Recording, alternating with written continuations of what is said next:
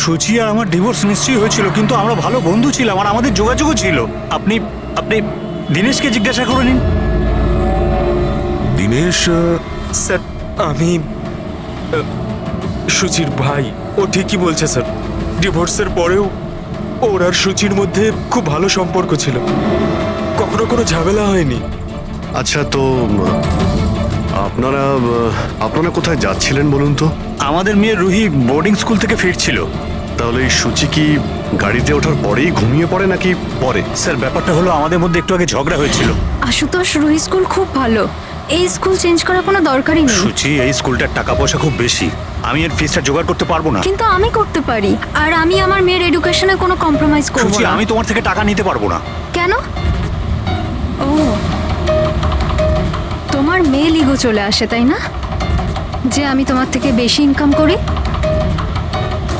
জানো, আমাদের ডিভোর্সের কারণ এটাই, যে একটা মেয়ে একটা ছেলের থেকে বেশি ইনকাম করে। সাফল্যটা মনের ব্যাপার, এটা স্বামী স্ত্রীর প্রতিযোগিতা নয়। তোমার সাথে কোনো তর্ক করতে চাই না, না এই ব্যাপারে কোনো কথা বলতে চাই। রুহি এই স্কুলেই থাকবে। তারপর আমাদের মধ্যে আর কোনো কথা হয়নি। আমার মনে হয়েছিল ঘুমিয়ে পড়েছে।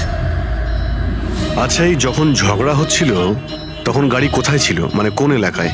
স্যার, লিংক রোডের সিগন্যালে, কেপি থিয়েটারের পাশেই। আর তারপর কোন রাস্তায় গেছিলেন আপনারা? সেখান থেকে স্যার আমি লেফট নিলাম, ওই সামনে ফ্লাইওভারটার আর দিকে। সোজা এখানে চলে এসেছেন? হ্যাঁ স্যার। তার মানে প্রায় 2 কিলোমিটার এই গাড়িটা চলেছে।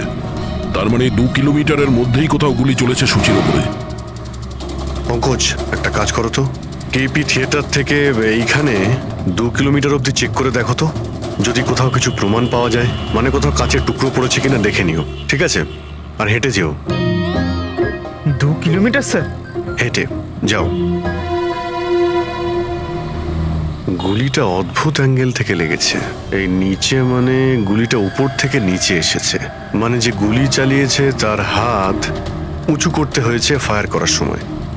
খোলা রাস্তায় কেউ গুলি মেরেছে আর কেউ দেখেনি? হতে পারে খুনি একটু দূরে ছিল, তাও গুলি করা খুবই মুশকিল ছিল এই চলন্ত গাড়িতে, আর তাও তখন যখন খুনি হয়তো গাড়িতে বা কোনো বাইকে ছিল। তবে এইভাবে গুলি করাটা কিন্তু সহজ নয় দয়া।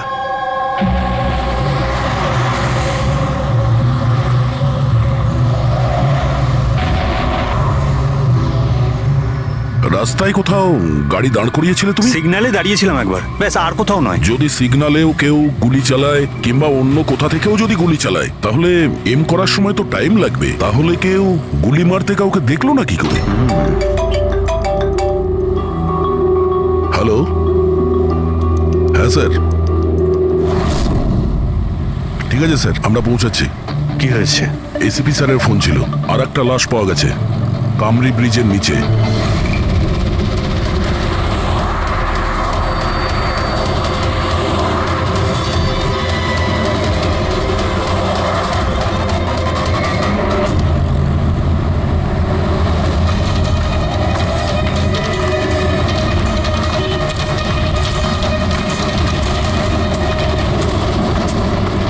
হ্যাঁ দয়া, স্যার, আপনি জানলেন কি করে এই লাশটার কথা?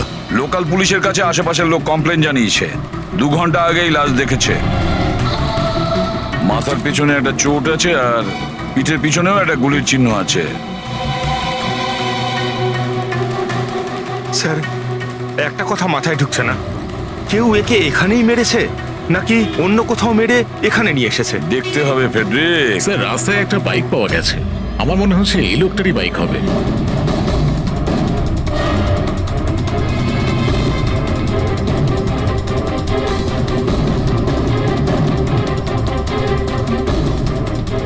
Skid mark. স্যার, মনে হচ্ছে এই লোকটা বাইকে যাচ্ছিল, কেউ পেছন থেকে গুলি করে দিয়েছে। ডিসব্যালেন্স হয়ে গেছে, গাড়ি বাইক স্কিড হয়ে এখানে কারোর সঙ্গে ধাক্কা লাগিয়েছে, আর ওর বডি এখানে নিচে পড়ে গেছে। মাথায় চোট ওই সময় লেগেছে স্যার।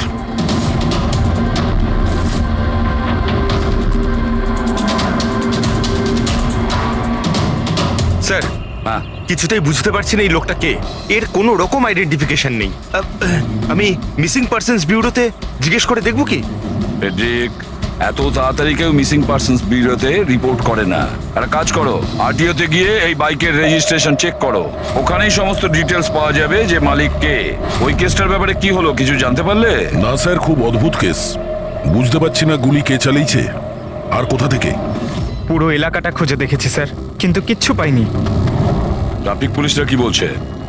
স্যার ট্রাফিক পুলিশ, ওখানে দোকানদার যারা দাঁড়িয়ে ছিল তাদের সবাইকে জিজ্ঞেস করেছি, কেউ খুনির ব্যাপারে কিচ্ছু জানে না। তাহলে সূচির ওপর গুলি চললো কোথা থেকে? দেখতে হবে। স্যার আমি বলেছি তো আপনাদের, আমি জানি না সূচির গুলি কখন লাগলো, কিভাবে লাগলো। আশুতোষ, দীনেশ, মিহিকা, সূচির খুব কাছের না তোমরা তিনজন, কি তাই তো? তাহলে এটা বলো, সূচির মৃত্যুতে তোমাদের তিনজনের মধ্যে কার লাভ হতে পারে? তার মানে স্যার, স্যার আমরা ওকে কেন মারতে যাব? ও স্যার, ও আমার নিজের বোন ছিল স্যার, নিজের বোন। আমি নিজের বোনকে কেন মারতে যাব? কোটি টাকা পাওয়ার জন্য। আবার কি কোটি টাকা পাওয়ার জন্য? এতে আমার কি লাভ হতো স্যার? আমার আর সুচির তো আগেই ডিভোর্স হয়ে গেছে। হতে পারে ডিভোর্সই ওই কারণটা। ডিভোর্সের পরেও আমি আর সুচি অত্যন্ত ভালো বন্ধু ছিলাম, বন্ধুর মতোই মিশতাম আমরা। এটাও তো হতে পারে যে তোমার প্রথমা স্ত্রীর সঙ্গে যে সম্পর্ক ছিল সেটা হয়তো দ্বিতীয় স্ত্রীর পছন্দ ছিল না। স্যার আপনি এসব কি বলছেন? ওদের মধ্যে ভালো সম্পর্ক ছিল, তাতে আমার কি? ওদের দুজনকে নিয়ে আমার কোনো প্রবলেম ছিল না, আমি ইনসিকিউর নই। যদি তোমাদের তিনজনের মধ্যে কেউ সূচিকে না মেরে থাকে, তাহলে সূচিকে কে মেরেছে? কে মেরেছে? আমি বলছি আপনাকে, সূচি একটা এনজিওতে কাজ করত। ও ওখানে একজন অ্যাকাউন্টেন্টের পর্দা ফাঁস করে দিয়েছিল, কারণ ওই মেয়েটা টাকা পয়সা নিয়ে গন্ডগোল করছিল। তোমার মনে হচ্ছে শেলির হাত হতে পারে এই সবের পেছনে? ইয়েস স্যার, ওকে অনেকবার হুমকিও দিয়েছিল। স্যার আমার তো মনে হচ্ছে কি এই কাজটা হয়তো পৃথ্বীর হতে পারে। আচ্ছা, এই পৃথ্বী কি? খুবই খুবই অসভ্য ধরনের লোক, ওই রোমিও টাইপের। সুচি পুলিশকে কমপ্লেনও করেছিল ওর বিরুদ্ধে, কিছুদিনের জন্য জেলেও গেছিল। ঠিক আছে, তোমরা তিনজন যেতে পারো। Thank you sir. Thank you sir. Thank you sir.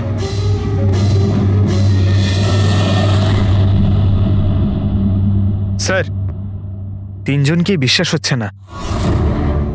এই তিনজনের উপর কড়া নজর রাখো। আর দয়া, স্যার, শেলি আর পৃথ্বী, ওদের দুজনকে ব্যুরোতে ডাকো। স্যার, হ্যাঁ, আরটিও থেকে বাইকের মালিকের খবর পেয়ে গেছি। স্যার পৃথ্বী আর শেলির ফোন আনরিচেবল আসছে, তাই আমি ফ্রেডিকে বলেছি ওদের মোবাইল ফোনটা ট্রেস করতে। এ তো আমাদের ডেলিভারি বয় বিবেক। স্যার আমাদের বাইক তো ওই চালাতো। স্যার ওকে কে মেরে দিল? সেটা খোঁজারই চেষ্টা করছি। আচ্ছা, এই বিবেকের কারোর সঙ্গে কোনো শত্রুতা ছিল কি? না স্যার, ও তো খুবই সাদাসিধে ভালো ছেলে ছিল। কবে থেকে কাজ করছিল এখানে? গত 1 মাস ধরে রাজস্থান থেকে এসেছিল, খুব পরিশ্রমী ছিল। স্যার ও তো শহরে কাউকে চিনতও না। এ কোথায় যাচ্ছিল ডেলিভারি করতে? কোথাও নয় স্যার, আজ তো ওর ছুটি ছিল, ওই জন্য আমার বাইক নিয়ে ঘুরতে বেরিয়েছিল। আচ্ছা, ওর বাড়ির অ্যাড্রেস দিতে পারবেন? স্যার ওর বাড়ির অ্যাড্রেস তো নেই, ও এই দোকানেই শুতো। আচ্ছা, জিনিসপত্র কিছু? স্যার এই ওর একটা বাক্স আছে। এটা?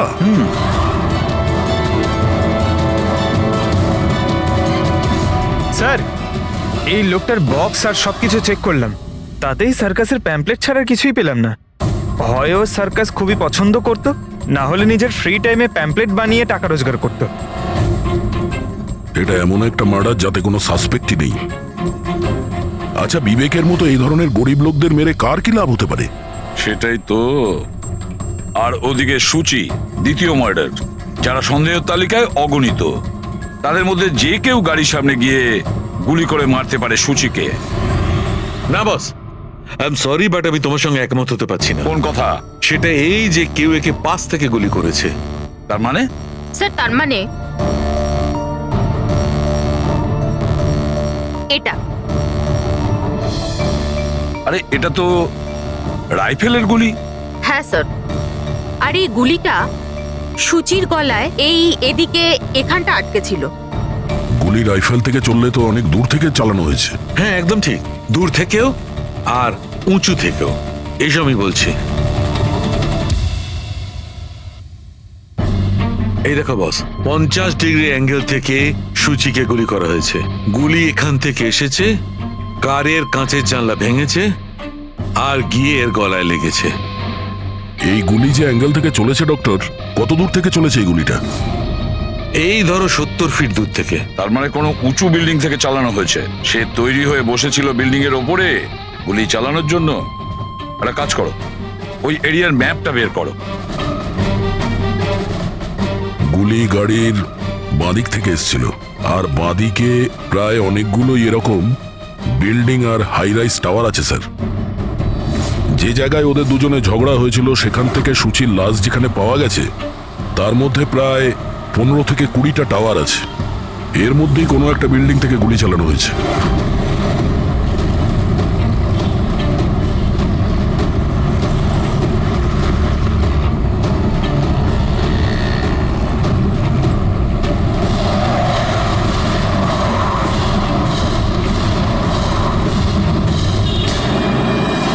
বাস ঠিক আছে।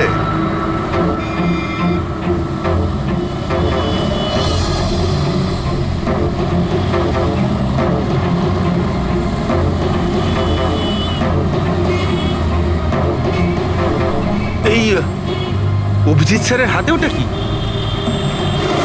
মার কাছে ফ্রেডি, ঠিক সেই হাইটে যে হাইটে সুচির গুলি লেগেছিল। আর আমার হাতে এই ডিজিটাল ডিস্টেন্স রিডার আছে। এর থেকে এই লেজার লাইট যদি ওই মার্কেট ঠিক যায়, তাহলে তার মানে গুলি এখানে এই বিল্ডিং থেকেই চালানো হয়েছে। সব মাথার উপর দিয়ে গেল। ঠিক আছে, এটা এখনই করে দেখছি। হ্যাঁ দয়া, আমি তৈরি। ওকে অভিজিৎ, একটু ডান দিকে এসো, ডান দিকে। হ্যাঁ ঠিক হালকা আছে। হ্যাঁ একটু বাঁদিকে। ব্যাস ব্যাস ব্যাস, ঠিক আছে। একটু পেছনে, একটু পেছনে। দেখেছো, এই লেজার ঠিক ওই মার্কে হিট করছে না, হিট করছে না ওখানে। গুলি এখান থেকে চালাইনি স্যার। এক্স্যাক্টলি। আরে স্নাইপারের কাছে অত সময় ছিল না নিশানা ঠিক করার জন্য যখন ও সুচিকে গুলি চালিয়েছিল। একটা কাজ করি, অন্য কোনো বিল্ডিং এ যাই। ঠিক আছে, চলো।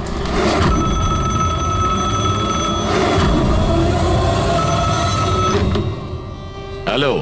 হ্যাঁ হ্যালো, আচ্ছা এটা কি ফ্যান্টাসি সার্কাস জয়পুর রাজস্থানের অফিস? হ্যাঁ ঠিকই, বলুন। দেখুন, আমি মুম্বাই সিআইডি থেকে এসিপি পদ্মুমান বলছি। আপনার ওখানে কোনো বিবেক নামে কেউ কাজ করতো? হ্যাঁ হ্যাঁ, বিবেককে আমি চিনি তো। ও এই সার্কাসেই কাজ করতো। কেন, কি হয়েছে? কি কাজ করতো বলতে পারবেন আপনি? দেখুন স্যার, আপনার সঙ্গে সারাদিন ফোনে কথা বললে আমার শো ক্যান্সেল হয়ে যাবে। আমি আপনার কথা আমার মালিককে বলে দিচ্ছি, উনি আপনাকে ফোন করে নেবেন। ঠিক আছে? হ্যালো,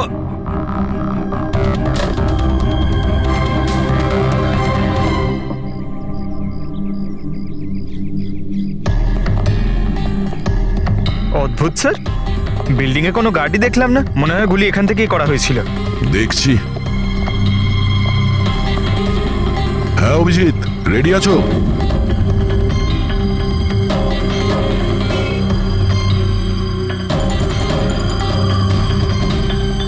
না অভিজিৎ, এখান থেকে টার্গেট ঠিকঠাক লাগছে না। একটু ডান দিকে এসো, ডান দিকে। আর একটু। হ্যাঁ, পারফেক্ট পারফেক্ট। এখানে লেগে গেছে নিশানা।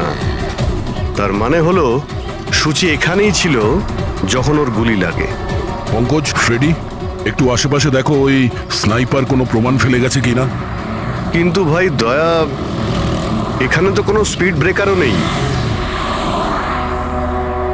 সে এমন কোন স্নাইপার হবে যে ওই বিল্ডিং এ বসে এত দ্রুত যাওয়া কোনো গাড়িতে নিশানা লাগাবে যেটা সুচির ঘাড়ে গিয়ে লাগবে? হ্যাঁ, এটা তো সত্যি। আশুতোষ, যখন তোমার গাড়িটা এখানে ছিল, হ্যাঁ তখন কোনো কারণে তোমার গাড়িটাকে স্লো করতে হয়েছিল কিংবা দাঁড় করাতে হয়েছিল, কিছু মনে আছে?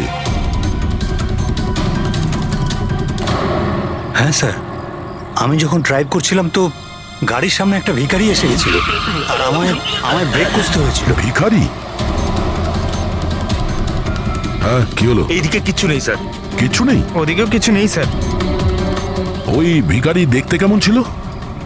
স্যার ওর এক হাতে তো একটা ক্রাচ ধরা ছিল, অন্য হাতে লাল পোটলা, গলায় গামছা আর মাথায় অর্ধেক টাক ছিল। অভিজিৎ, এই ফ্লাইওভারের নিচে অনেক ভিখারি থাকে, ওদের মধ্যে কেউ একজন হবে। হ্যাঁ, আমি শুনলাম আশুতোষ যা বললো ভিখিরির ব্যাপারে। আমি নিচে গিয়ে দেখছি। এই কে তোমরা? কাকে জিজ্ঞেস করে ওপরে এসছো? তুমি এখানকার ওয়াচম্যান, ডিউটিতে কেন ছিলে না? আমার ইচ্ছে। এই তোমরা কে আমাকে ডিউটি শেখাচ্ছ? CID CID? জানো তোমার জন্য এখানে একজন মহিলার খুন হয়ে গেছে? আমার জন্য খুন? কেউ এই ছাদ থেকে একজন মহিলাকে নিচে গুলি মেরেছে, কি জানো ওই ব্যাপারে?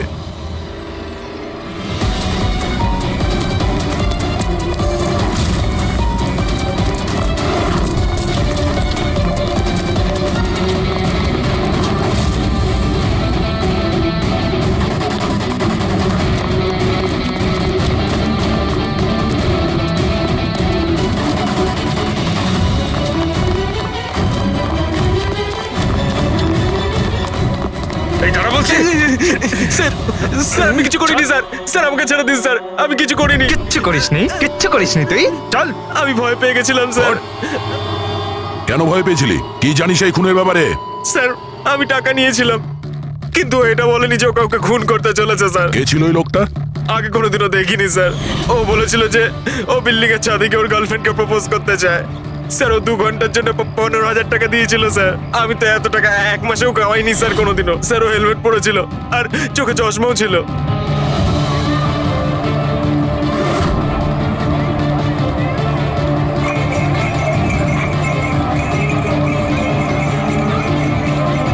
আরে ভাই শোনো। ও দাদা, আচ্ছা এখানে এমন কাউকে তোমরা দেখেছো যে মাথায় লাল গামছা বাঁধে,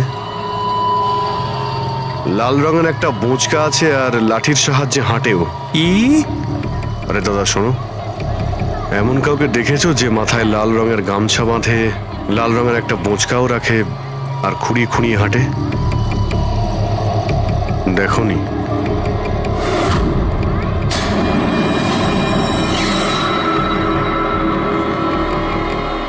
আরে ভাই শোনো, আরে ভাই শোনো, একটু কথা আছে। এই যে আরে এই কি করছো ভাই? দাঁড়াও, আরে ভাই দাঁড়াও।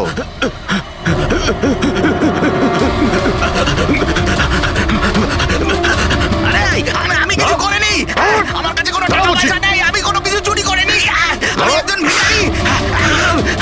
আরে ছেড়ে না তুই ল্যাংড়া সাজার নাটক করছিস? তুই জানিস ল্যাংড়াদের কতটা কষ্ট হয়? আরে কতবার করে বলবো, আমার কাছে কিছু নেই, আমি রাস্তার ভিখারি, আমি সত্যি বলছি। এই, তুই সেদিন ইচ্ছে করে লাল গাড়ির সামনে পড়েছিলি না?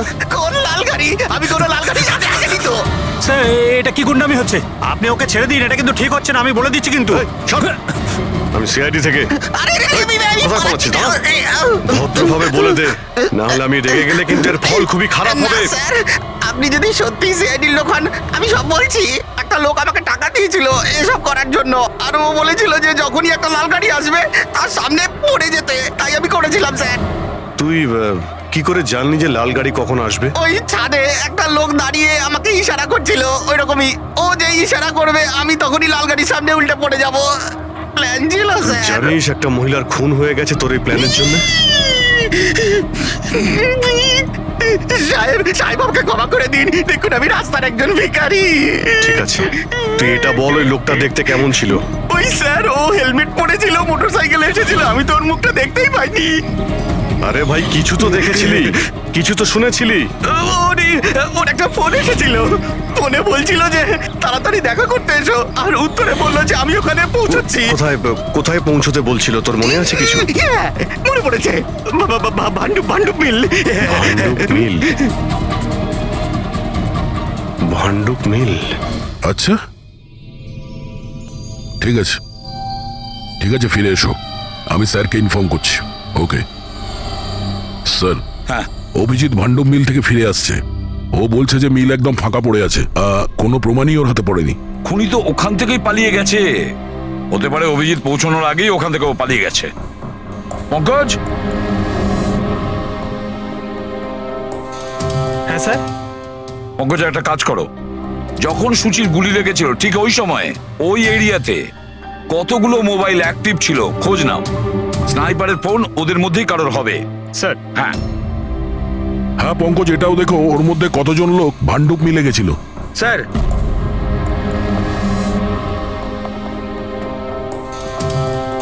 স্যার এ হলো শৈলী, এনজিওর অ্যাকাউন্টেন্ট।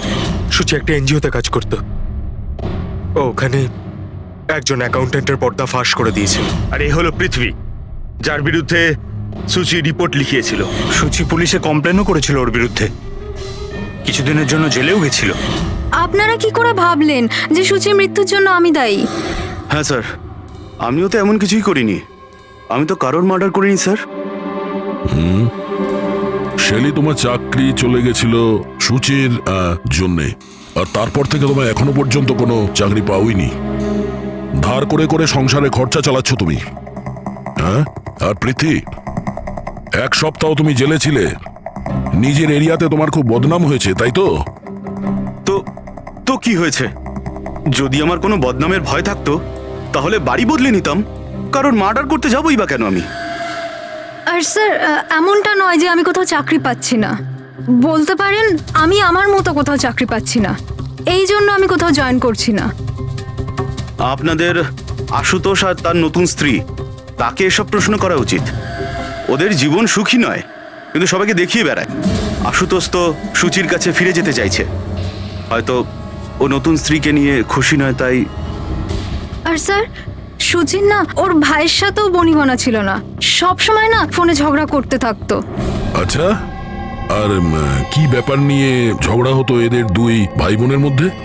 আসলে স্যার দিনেশ আশুতোষকে হুমকি দিয়েছিল ও সুচির থেকে দূরে থাকার জন্য।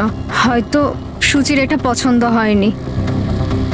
আর স্যার ও আমাকে আর একটা কথা বলেছিল, মেয়েকা হিংসে করে ওর আর আশুতোষের মেলামেশায়।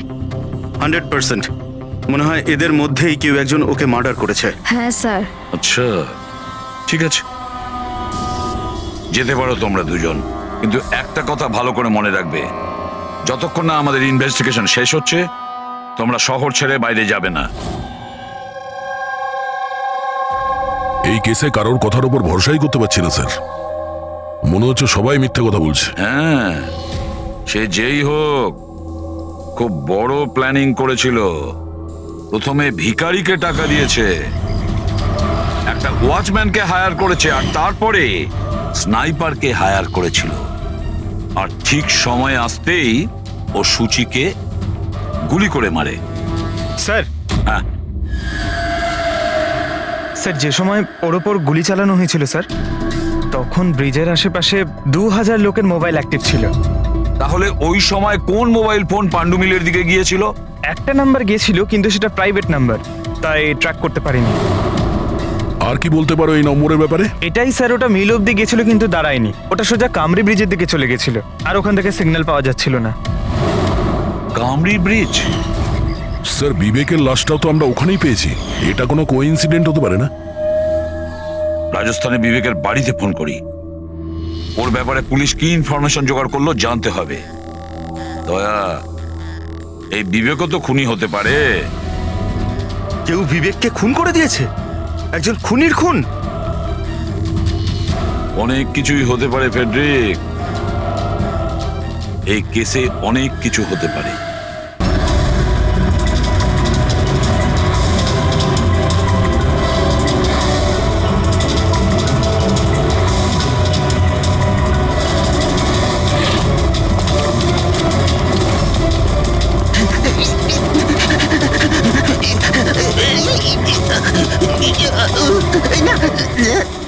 আরে তুই বারবার পালাস কেন? হ্যাঁ, বারবার আপনারা আমার পিছনে পড়ে আছেন কেন? পিছনে তোর পড়ে সঙ্গে আছেন কথা কেন? আছে। আমি কিছু কথা বলতে চাই না। অনেক হয়ে গেছে স্যার, আপনারা আমাদের এইভাবে বিরক্ত করতে পারেন কেউ না। তোমাদের জ্বালাতন করছে না, আমরা নিজেদের কাজ করছি, যাও। কিছু শুনতে চাই না, যান এখান থেকে। আরে একজনের খুন হয়েছে, তোমরা কি বুঝতে পারছো না? তা কি হয়েছে? আমরা কি খুন করেছি নাকি?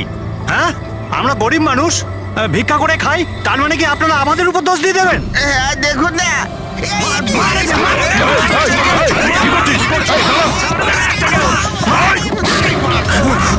অভিজিৎ, তুমি ঠিক আছো? আরে না, ও নো, রক্ত বেরোচ্ছে। কি করলে তোমরা? হ্যাঁ, এই দেখ, এই লোকটা টাকা দিয়েছিল তোকে। স্যার ও মারা গেছে। হ্যাঁ, ও মারা গেছে। ভালো করে দেখ, এটা কি সেই লোকটা যে তোকে গাড়ির সামনে করতে বলেছিল? একটু জুম জুম করুন।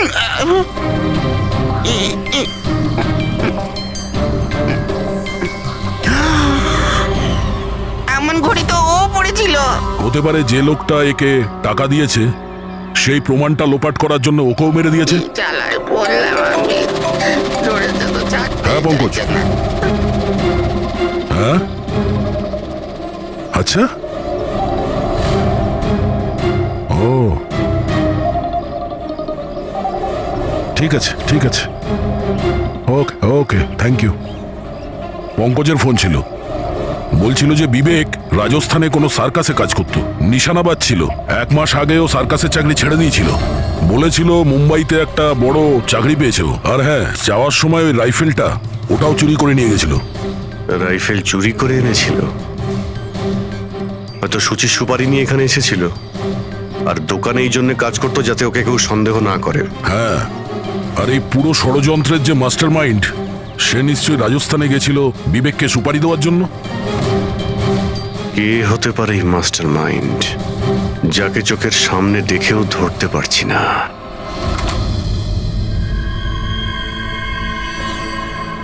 আরে মিস্টার আশু। স্যার আপনারা এখানে? মিস্টার আশু, ওই লোকটার ব্যাপারে জানতে পেরে গেছি যে সুচিকে গুলি করেছিল। Wow, that's a great news. আপনারা ধরেছেন ওনাকে? বিবেক নাম ওর। আপনারা কোনো বিবেককে চেনেন? না তো। অদ্ভুত ব্যাপার, আপনি কোনো বিবেককে চেনেন না, কিন্তু 15 বার কল করেছেন আপনি আপনার ফোন থেকে বিবেককে। কি বলছেন? আমি যখন বলছি কোনো বিবেককে জানিই না, তাহলে আমি ওকে ফোন কেন করবো স্যার? শুধু এটাই নয়, ওর সঙ্গে দেখা করতে তুমি রাজস্থানেও গিয়েছিলে। সার্কাসে ওর গুলি চালানোর ক্ষমতাটা দেখে তোমার এত পছন্দ হয়েছিল যে সুচিকে মারার কন্ট্রাক্টও দিয়ে দিয়েছিল ওকে। 1 মিনিট স্যার, 1 মিনিট। এটা সত্যি যে একটা বিজনেস ট্রিপের জন্য আমি রাজস্থান গিয়েছিলাম, কিন্তু আমি কোনো সার্কাসে যাইনি স্যার।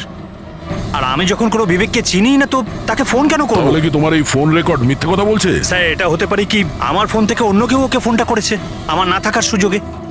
আচ্ছা, তাহলে কি আপনি আপনার ফোন যে কোনো জায়গাতে ফেলে রাখেন নাকি? না স্যার। হ্যাঁ ডক্টর। আচ্ছা ঠিক আছে ডক্টর, ওকে ডক্টর। ডক্টর সালুখের ফোন ছিল, আমাদের ফরেন্সিক ল্যাবে যেতে বলেছেন আশুতোষকে নিয়ে। বস, মেয়েটা এইখানে বসেছিল এই সিটে, আর এই অংশটা হচ্ছে সিটের পেছনের দিকটা, আর এটা হচ্ছে লিভার, যার দ্বারা সিটটা আগে পিছে হয়। আর এই লিভারটাকে জাম করে দেওয়া হয়েছিল। এই দেখো, লিভার জাম করে দিয়েছে? হ্যাঁ তাই তো। ব্যাস এইটুকুই স্যার? সেই জন্য আপনি আমাদেরকে ডেকে আনলেন? পঙ্কজ, তুমি একটু আমার কথাটা শোনো। সূত্র এইটা নয় যে লিভারটা আটকে দেওয়া হয়েছে, সূত্রটা এই যে এটাকে জেনে বুঝে আটকে দেওয়া হয়েছে। কিন্তু স্যার, কেউ জেনে বুঝে সিটটাকে খারাপ করবে কেন? এটাও তো আমরাও ভাবছিলাম। আশুতোষ, তোমার এই গাড়ির সিট কবে থেকে এরকম হয়ে আছে? মানে কবে থেকে পেছনে আটকে আছে? স্যার, পরশু রাত অবধি তো ঠিক ছিল, কিন্তু কাল সকালে যখন বেরোলাম তখন রিক্লাইন কাজ করছিল না। আমার হাতে ঠিক করার মতো অত সময় ছিল না বলে এমনি বেরিয়ে গেলাম। ডক্টর সালুখে, সিটটা খারাপ হওয়া এই কেসটার সাথে কি সম্পর্ক? সম্পর্ক আছে ফ্রেডি। সম্পর্কটা হচ্ছে এইটা যে খুনি চাইছিল সিটটা পেছনে হেলে থাকে, সুচির পজিশনটা এইরকম থাকবে পেছনের দিকে। স্যার, ও যদি সামনে বসতো বা পেছনে বসতো তাতে খুনির কি এসে যায়? খুনির তো গুলি করারই ছিল। পঙ্কজ, তুমি এক কাজ করো, এখানে তুমি গাড়ির সিটটায় বসো। সারিকা, তুমি সুচির জায়গায় বসো। এবার ধরে নাও আমি সুচি। আমি যখন এই সিটটায় বসেছিলাম তখন আমার মাথাটা এরকম ছিল। বস, সুচির এইভাবে বসার সুবিধাটা খুনি তখনই পাবে যখন ওর এম সুচি নয়, ড্রাইভিং সিটে বসা লোকটি হবে, মানে আশুতোষ হওয়ার কথা। কিন্তু আশুতোষকে কোনো কারণে খুব ব্রেক চাপতে হয়, ব্রেকের কারণে ঝটকা লাগে, আর সেই ঝটকায় সুচি ঝুঁকে যায়। আর বস, আশুতোষকে লাগার পরিবর্তে সুচির গুলি লাগে। স্যার তার মানে আশুতোষ খুনি নয়, কিন্তু কেউ ওর খুন করতে চাইছিল। দয়া,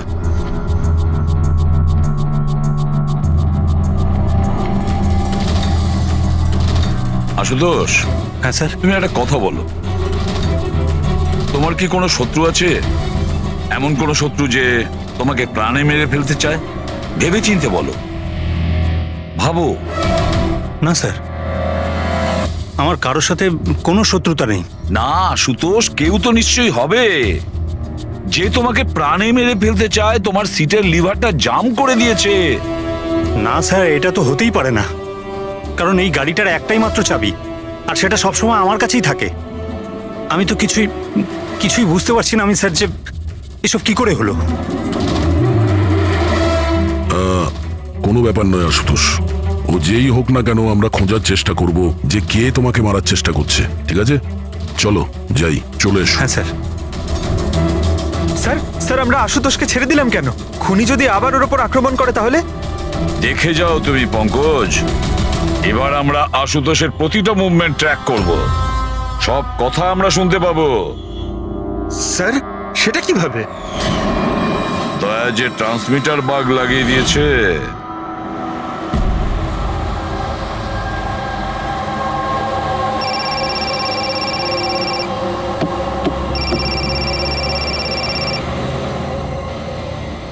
হ্যালো, হ্যাঁ বলো। আচ্ছা, ওকে চলে এসো বাড়িতে। ওখানে? কিন্তু ওই জায়গাটা তো বন্ধ না। ঠিক আছে, আসছি।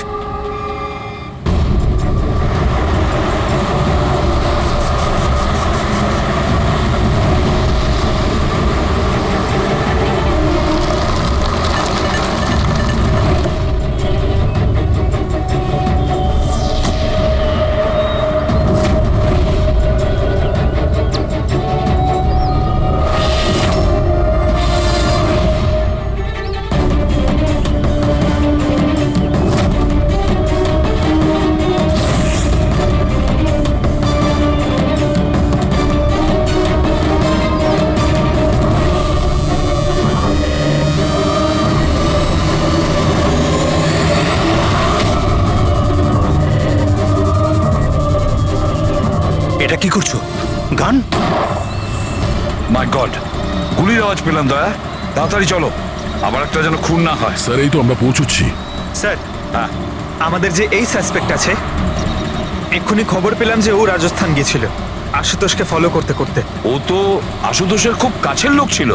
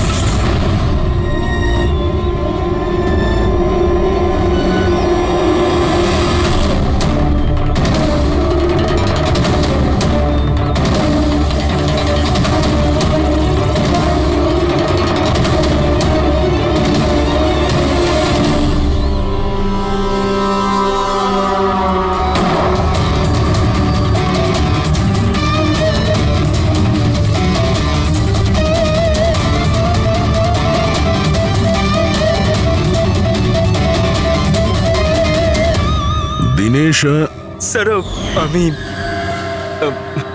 সুচির ভাই। মরে গেছে স্যার। আমি কিছু করিনি স্যার, এ আমাকে মারতে চেয়েছিল। এই আমায় মারতে চেয়েছিল। কেন মারতে চেয়েছিল এ?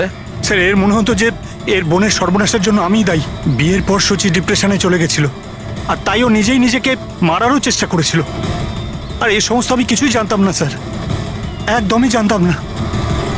আর আমার এই না জানার কারণেই এই দুজনের মৃত্যুর কারণ আমি হয়ে গেলাম স্যার। এটা সম্পূর্ণ না জানার কারণে। পঙ্কজ, একে ছায়া নিয়ে বসাও, ঠিক ফরেন্সিক ল্যাবে পাঠিয়ে দাও।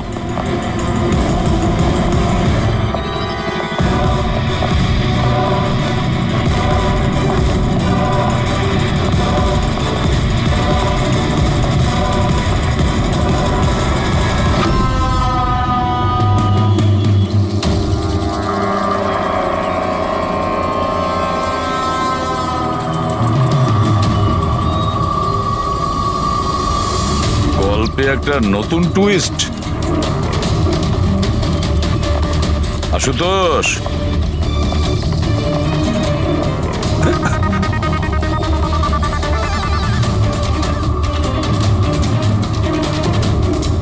এটা কি চেনো? না স্যার, আমি ঠিক জানি না। জানো না? এক্ষুনি জেনে যাবে। পঙ্কজ, চেক করো ওকে। কিন্তু কেন? হাত উঁচু করুন, জানতে পেরে যাবেন আপনি। স্যার, আমি তো কিচ্ছু করিনি, আমি নিরপরাধ। আপনারা কেন আমার তল্লাশি নিচ্ছেন? আমার কথা বিশ্বাস করুন স্যার, আমার কাছে কিচ্ছু।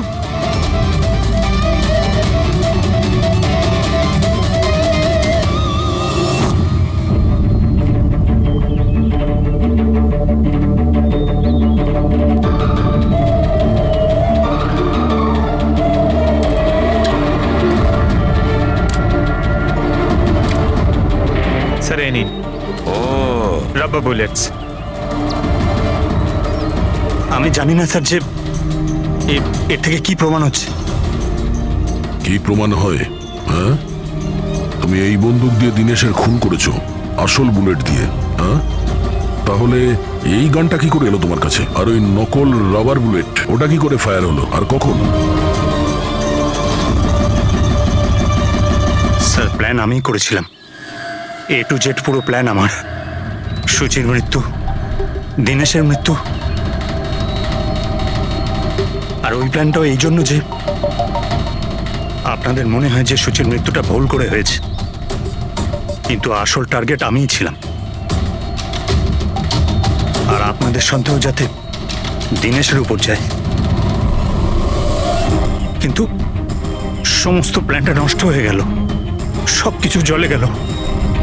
কেন মেরেছো তুমি সুচিকে? সুচিকে মেরে তুমি কি পেলে? সুচি আমার মেয়ে রুহিকে নিয়ে চিরকালের জন্য দেশ ছেড়ে চলে যেতে চেয়েছিল, আর এই কথাটাও আমার কাছে লুকিয়ে ছিল। আপনারাই বলুন স্যার, আমার একমাত্র মেয়েকে নিজের থেকে দূর কিভাবে করতে দিতাম? আর সেই জন্য তুমি বিবেক মানে একজন শার্প শুটারকে টাকা দিয়েছো নিজের স্ত্রী সুচিকে মেরে ফেলার জন্য, আর যেই ও তোমার কাজ শেষ করেছে ওকেও মেরে দিয়েছো। তুমি দিনেশকে কি এমন কথা বলেছিলে যে ও মারার জন্য তোমাকে এখানে চলে এলো? আমি আমার ওয়াইফকে দিনেশের কাছে পাঠালাম। কি? হ্যাঁ দিনেশ, আমি এক্ষুনি জানতে পারলাম যে আশুতোষই তোমার বোনকে মেরেছে, আর ও তোমাকেও মারতে চায়। না না, আমি ওকে ছাড়বো না, মেরেই ফেলবো আমি ওকে। দিনেশ, পাগল হয়ে গেছো নাকি? খুন করবে তুমি? ও আমার বোনকে মেরে ফেলেছে, আমি ওকে ছাড়বো না। আমার বোনকে এভাবে মেরে ফেলার আগেও একবারও ভাবলো না। না, যাই হয়ে যাক না কেন, আমি ওকে ছাড়বো না। দিনেশ, আমি ওকে কিছুতেই দিনেশ, ছাড়বো না। দাঁড়াও, আমার কথা শোনো। আর সুযোগ পেয়ে ওর বন্দুকটা বদলে দিল। তাহলে দিনেশ তোমার উপর যে গুলিটা চালাচ্ছিল সেটা নকল ছিল? হ্যাঁ, মারপিটের সময় আমি ওই গানটা বদলে দিয়েছিলাম, যাতে আপনাদের মনে হয় কি আত্মরক্ষার জন্য আমি দিনেশকে মেরেছিলাম, আর আপনাদের সামনে আমি নিরপরাধ বলে সাব্যস্ত হই। কি রেখে গেলে তোমার ছেলের জন্য? না মা না বাবা। ওই সন্তানকে পাওয়ার জন্য তুমি ওরই মাকে মেরে ফেলেছো, আর এই অপরাধে তুমিও আজীবন জেলের গড়াদের পেছনে থাকবে। বলো আশুতোষ, কি পেলে তুমি নিজের ছেলেকে এইভাবে অনাথ করে? কি পেলে?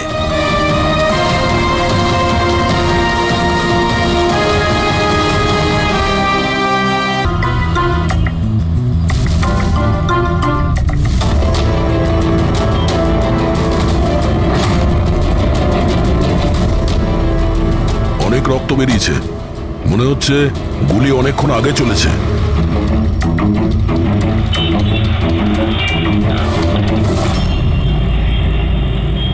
এসব কি করে হলো মিস্টার আশুতোষ।